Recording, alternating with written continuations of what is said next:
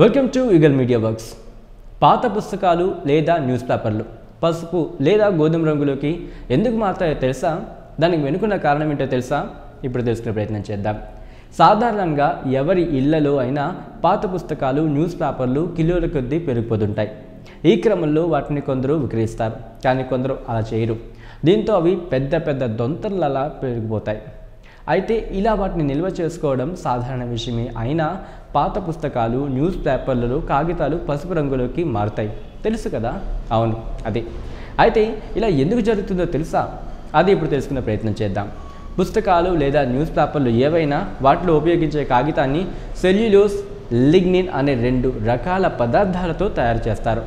వీటిల్లో ఒక్కో పదార్థం ద్వారా భిన్నమైన దశల్లో తయారు చేసే కాగితం ఒక్కో రకమైన నాణ్యతను కలిగి ఉంటుంది. అయితే సెల్యులోస్తో తయారు చేయబడే కాగితం మాత్రం అంత త్వరగా పసుపు రంగులోకి మారదు.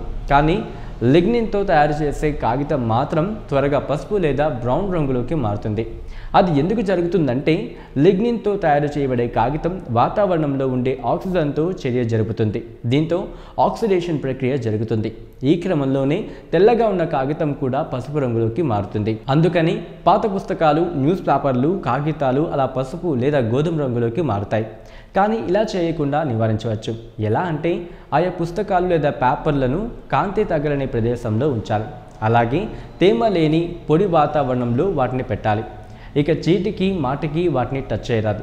ఇలా ఈ టిప్స్ పాటిస్తే పాత పుస్తకాలు, పేపర్లను పసుపు రంగులోకి మారకుండా చూసుకోవచ్చు. ఈ వీడియో కనుక మీకు నచ్చినట్లయితే లైక్ చేయండి, కమెంట్ చేయండి, షేర్ చేయండి.